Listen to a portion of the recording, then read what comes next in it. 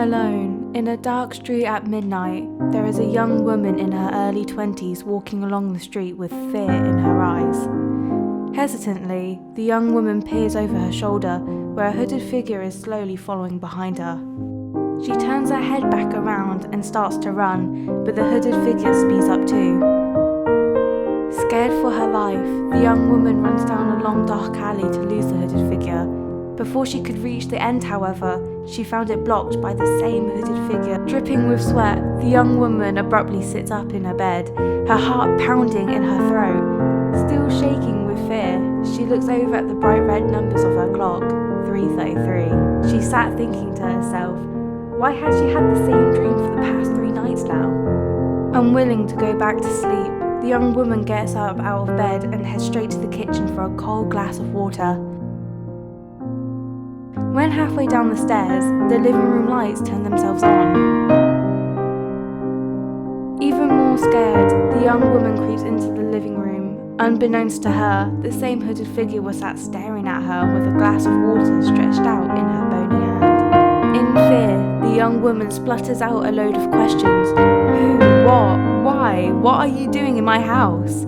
But to the young woman's amazement, the hooded figure lowers her hood to reveal a calm and smiling old lady. The young woman stares in shock. You still haven't answered my question. Who are you and what do you want? She yells. Still looking calm, the bony hand of the old woman indicated the young woman to sit down. No, I will not sit down until you answer my question. The old woman takes in a deep breath.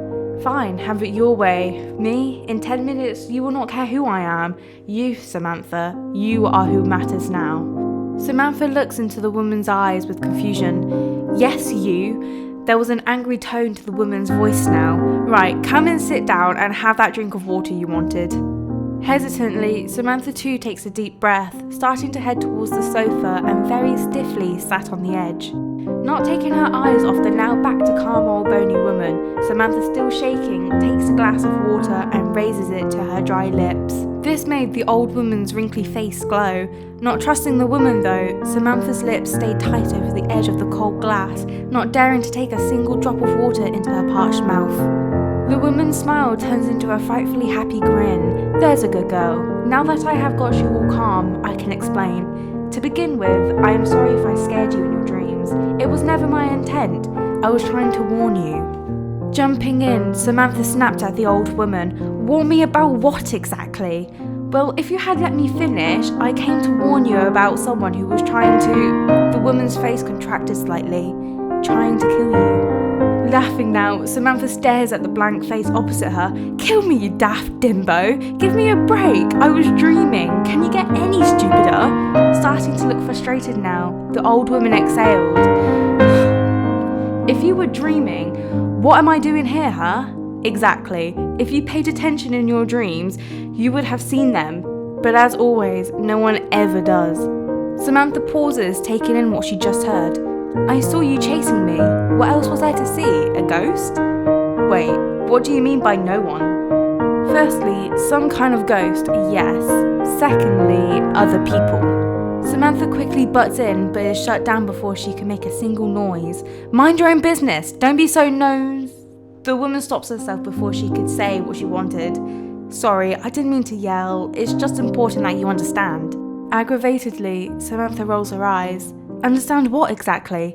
With bitterness, the woman too rolled her eyes. Well, sweetie, if you would be quiet, I will tell you. As I was saying, there was a figure behind me trying to kill you. They must have their reasons, as you don't kill someone who is innocent.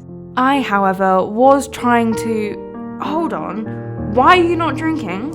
Once more, Samantha takes the cold glass of water and raises it to her dry lips, yet still keeping them closed tight, not daring to take a single drop into her mouth. Getting more and more confused as to why she has to drink this specifically.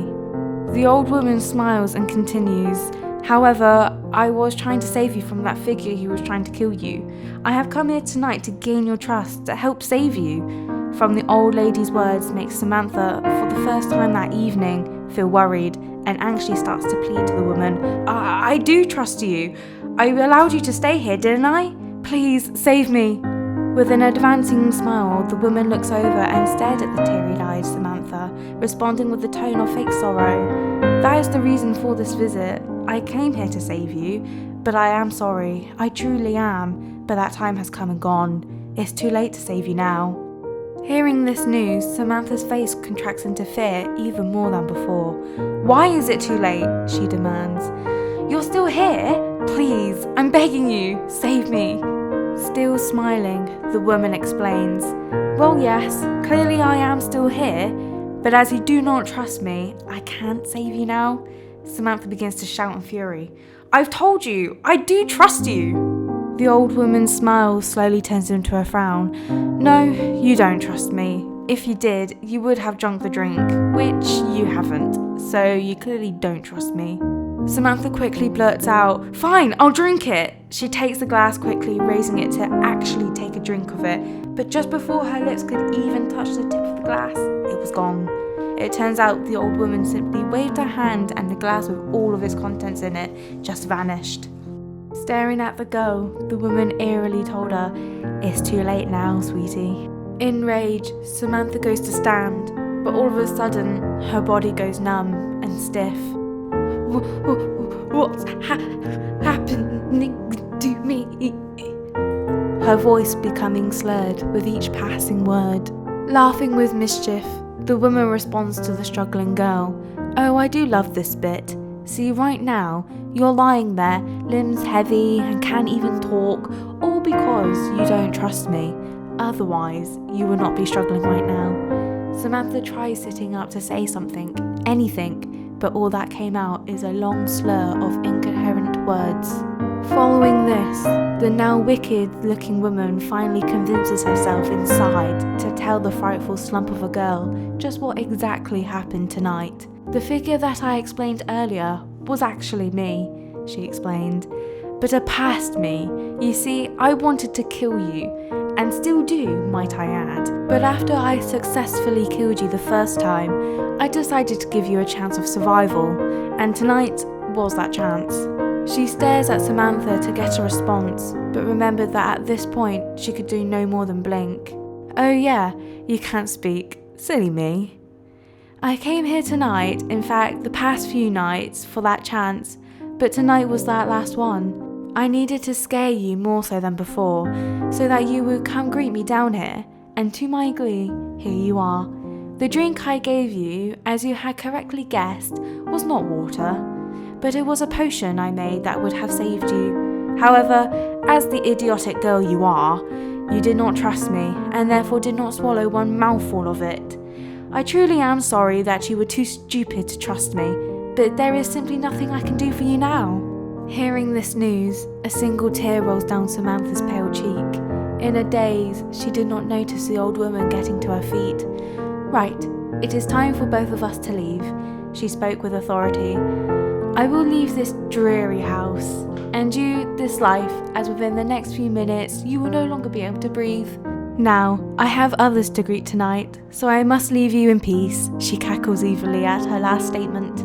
The old woman walks over to the door and leaves without a single trace, not even looking back, and not giving Samantha a single thought. The end.